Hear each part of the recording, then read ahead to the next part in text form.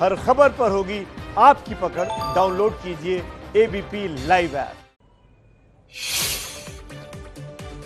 UP के बलिया गोलीकांड के मुख्य आरोपी धीरेन्द्र उर्फ डब्लू सिंह की 2 दिन बाद भी गिरफ्तारी नहीं। धीरेन्द्र के 2 भाइयों नरेंद्र और देवेंद्र समेत अब तक 7 को पकड़ पाई पुलिस। 8 नामजद और 25 अज्ञात के खिलाफ हुआ है केस। बलिया गोलीकांड के मुख्य आरोपी धीरेन्द्र सिंह का वीडियो सामने आया। अज्ञात जगह खुद शूट किए इस वीडियो में धीरेन्द्र कह रहा है, गोली मैंने नहीं विपक्षियों ने चलाई, सीएम योगी मेरे साथ न्याय करें।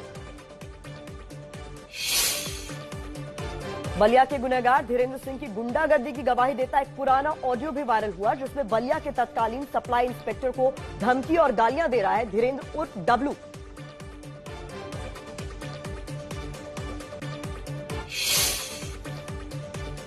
बलिया गोलीकांड के बाद से ही फरार धीरेन्द्र उर्फ डब्लू सिंह पर घोषित हुआ 50,000 रुपए का इनाम।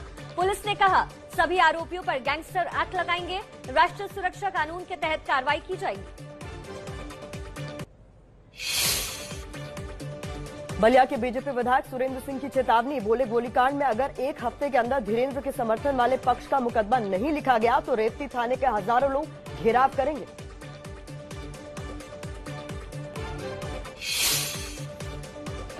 बलिया गोलीकांड को लेकर यूपी में राजनीति गर्म। आज समाजवादी पार्टी का प्रतिनिधिमंडल गोलीकांड में मारे गए जयप्रकाश के घर पहुंचेगा, परिवार से भी मिलेगा। बलिया गोलीकांड में मारे गए जयप्रकाश पॉल के परिवार ने सरकारी नौकरी के साथ 1 करोड़ मुआवजे की मांग की। पुलिस पर मुख्य आरोपी धीरेन्द्र सिंह को पकड़कर छोड़ने का आरोप लगाया। एसडीएम को भी जिम्मेदार ठहराया। यूपी के कैबिनेट मंत्री भूपेंद्र सिंह चौधरी ने बलिया गोलीकांड और हाथरस केस को राजनीतिक विरोधियों की साजिश बताया। बोले 1 साल बाद चुनाव है, इसलिए जनता को गुमराह करने का काम हो रहा है। बाराबंकी में दलित बेटी से रेप और हत्या में परिवार के ही करीबी युवक के शामिल होने का खुलासा। पुलिस का दावा, 19 साल के रिश्तेदार ने वारदात को अंजाम दिया। गिरफ्तारी के बाद जुर्म कबूला। बाराबंकी पुलिस के खुलासे से सहमत नहीं पीड़ित का परिवार। कहा पुलिस हमारे रिश्तेदार को फंसा रही। जुर्म कबूलने के पुलिस के दावे पर भी सवाल उठाए। सीबीआई जांच की मांग। बाराबंकी केस पर भी राहुल गांधी ने योगी सरकार को घेरा। ट्वीट कर कहा, फिर तथ्य दबाकर आरोपियों को बचाने में लगी सरकार, और कितनी बच्चियां और कितने हाथरस। समाजवादी पार्टी ने भी योगी सरकार पर हमला बोला। कहा हाथरस की जगह बाराबंकी, बेटी अलग मां अलग शहर अलग, लेकिन अंजाम वही, शर्मनाक। यूपी के कैबिनेट मंत्री अनिल राजभर एनसीआरबी के आंकड़ों का हवाला देकर बोले, प्रदेश में अपराधों में भारी गिरावट, लेकिन हम संतुष्ट नहीं, अभी सुधार की गुंजाइश। यूपी के फिरोजाबाद में बीजेपी के मंडल उपाध्यक्ष दयाशंकर गुप्ता गोली मारकर हत्या, जख्मी हालत में आगरा के जिस अस्पताल रेफर हुए, वहां से लेकर एटा टुंडला मार्ग तक भारी हंगामा।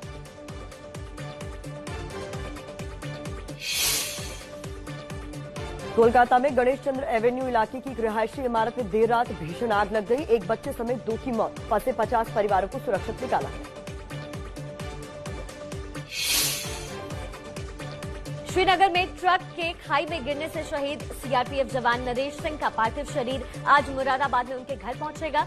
परिवार बेहद गमगीन, आज होगा अंतिम संस्कार। यूपी के जालौन में नाबालिग छात्रा से गैंगरेप की वारदात। बीमार मां को अस्पताल देखने जा रही थी। पीड़ित की शिकायत पर 2 आरोपी गिरफ्तार हुए। यूपी के रामपुर में सिपाही पर रेप का आरोप लगाने वाली महिला ने जहर खाकर जान देने की कोशिश की। परिवार बोला केस वापस लेने की धमकी मिल रही थी। आरोपी सिपाही अब तक फरार। शाहजहांपुर में मोहित नाम के एक गुंडे का तमंचा लहराते वीडियो हुआ वायरल। तमंचा दिखाकर गांव भर में घूमते हुए और लोगों को डराते धमकाते दिखा। पुलिस बोली जांच कर रहे हैं। ग्रेटर नोएडा में खुदाई के वक्त निर्माणाधीन प्लॉट की दीवार गिरी, 2 मजदूरों की मौत। जेसीबी की मदद से घंटों बाद दोनों मजदूरों के शव को पुलिस ने मलबे से निकाला।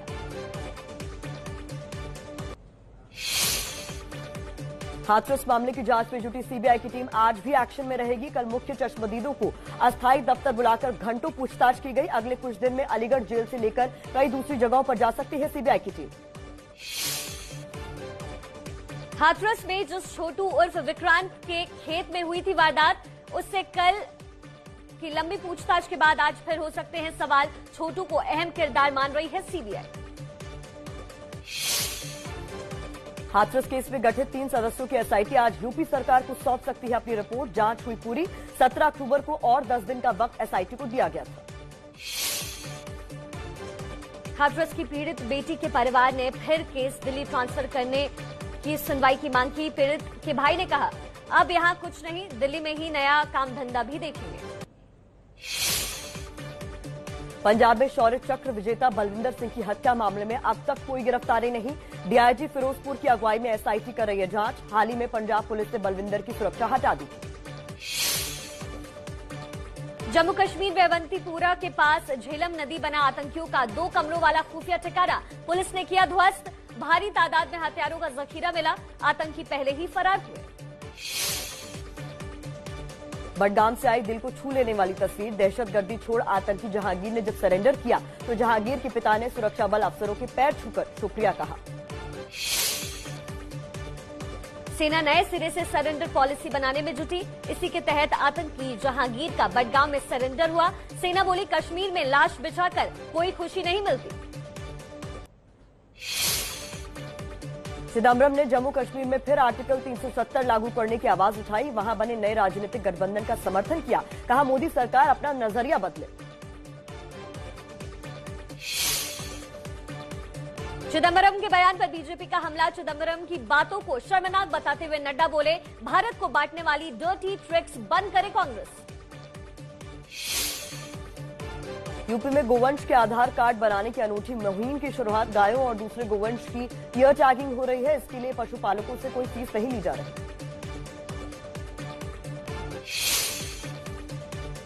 सहारनपुर में पूर्व कांग्रेस सांसद रशीद मसूद के निधन पर हुए रस्म पगड़ी आयोजन से बढ़ा विवाद।